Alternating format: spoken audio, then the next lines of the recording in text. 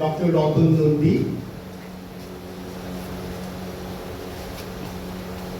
বঙ্কিমচন্দ্র চট্টোপাধ্যায়ের পারিবারিক সুবিধা, যেখানে বৈজ্ঞানিকভাবে উৎখনন করে দেখা গিয়ে আজ সরকারের পক্ষ থেকে উচ্চশিক্ষা দপ্তর এবং তথ্য সংস্কৃতি দপ্তরের সহযোগিতায় প্রতি বছর আজকের দিনটাকে পালন করা হয়। আমাদের গর্ব, ব্যারাকপুর এলাকার গর্ব এবং রাজ্যের এবং দেশের গর্ব বঙ্কিমচন্দ্র, তার এই জন্মদিনে আমরা সবাই মিলে তাকে স্মরণ করি। বেশ কিছু উন্নয়ন পরিকল্পনা নেওয়া হয়েছে, তার কিছু অলরেডি বাস্তবায়িত হয়েছে, কিছু পাইপলাইনে আছে, খুব দ্রুত আপনারা বাস্তবায়ন দেখতে পাবেন। না, সেটা তো হয়েছে, পাশাপাশি বঙ্কিম ভবনের উন্নতি প্রকল্পেও বেশ কিছু প্রজেক্ট সরকারের পক্ষ থেকে গ্রহণ করা হচ্ছে, সেগুলো সবই চিন্তাভাবনা স্তরে আছে, প্রকল্প এগোচ্ছে, আপনারা জানতে পারবেন। বঙ্কিম ভবনের উন্নতি প্রকল্পে বেশ কিছু পরিকল্পনা নেওয়া হয়েছে, সেগুলো ধীরে ধীরে বাস্তবায়ন অবশ্যই। যে আপনি তো দীর্ঘদিন ধরে রয়েছেন এখানে বঙ্কিমের সঙ্গে, বঙ্কিম ভবনের সঙ্গে অধ্যাপনাতে থেকে শুরু করে সব কিছু চিন্তাভাবনা কি এগোচ্ছে, মানে আগামী দিনে বঙ্কিমের প্রচার? না, আমাদের চিন্তাভাবনা তো এগোচ্ছে, এবং প্রথমেই বলে রাখি আমাদের এই যে ডেভেলপমেন্টটা হচ্ছে তার জন্যে আমরা আমাদের যিনি সাংসদ পার্থ ভৌমিক, আমাদের এসডিও এবং ডিএম অফিস থেকে আমরা প্রচুর সহযোগিতা পাচ্ছি সব ব্যাপারে। সরকারি সাহায্য পাচ্ছি, কাজ করছি বিভিন্ন ব্যাপারে। রাজ্য সরকার।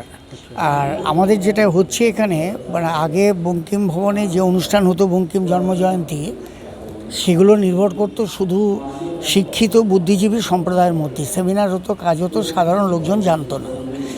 আমাদের একটা সুবিধা হয়েছে, যেহেতু 13 তারিখ আর এই 26 তারিখ দুটো আলাদা দিনে পড়ে, সেই জন্যে আমরা 26 থেকে 28 তিনটে দিনেই আমরা অনুষ্ঠান করার সুযোগ পাচ্ছি।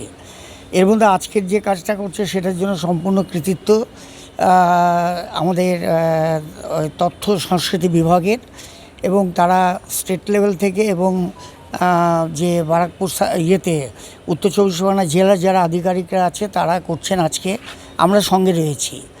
কাল আর পরশু সম্পূর্ণ অনুষ্ঠান করব আমরা।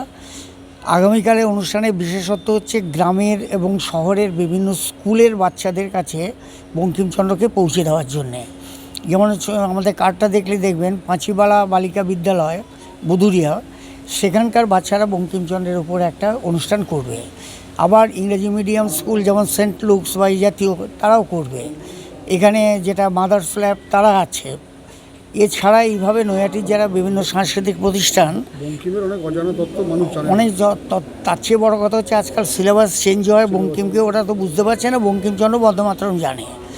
আমরা তাদের সকলের কাছে বঙ্কিমচন্দ্রকে পৌঁছে দেওয়ার জন্যে এটা আমরা চেষ্টা করছি।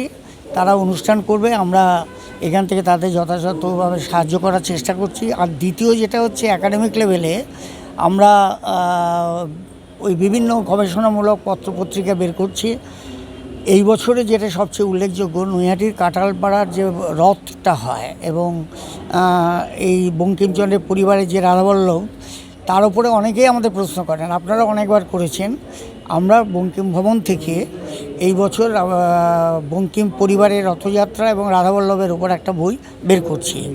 আপনাদের ধন্যবাদ দিই আরেকটা কারণে, আপনারাই আমার মাথায় এটা ঢুকিয়েছিলেন যে বন্দে মাতরম কোথায় লেখা হয়েছে, কি করা হয়েছে সে সংক্রান্ত তথ্য কোনো একটি বছরে আপনারা আমাদের সেই প্রস্তাব দিয়েছিলেন, এবং এটা বই করার জন্য আমরা দুটো কাজ করেছি। একটা বন্দে মাতরম সংক্রান্ত সমস্ত তথ্য দিয়ে একটা গ্যালারি করেছি, আর দ্বিতীয় বন্দে মাতরমের ওপর আমাদের এই গবেষণা সহায়ক পার্থপ্রতিম চট্টোপাধ্যায় একটা মূল্যবান বই লিখেছে। অর্থাৎ আমরা একদিক থেকে যেমন একাডেমিক এবং সিরিয়াস রিসার্চও একটা চালাচ্ছি, ঠিক তেমনিভাবে আমরা কিন্তু ওই বিভিন্ন জনগণকে জড়িয়ে নিতে চাইছি, এবং তাতে সরকারি সাহায্য পাওয়ায়, আমাদের এসডিও সাহেবের সাহায্য পাওয়ায়, এবং আমাদের পল্লব পাল যিনি রয়েছেন তিনি অত্যন্ত আমরা তাদের সমবেতভাবে কাজটা করতে পারছি। এবং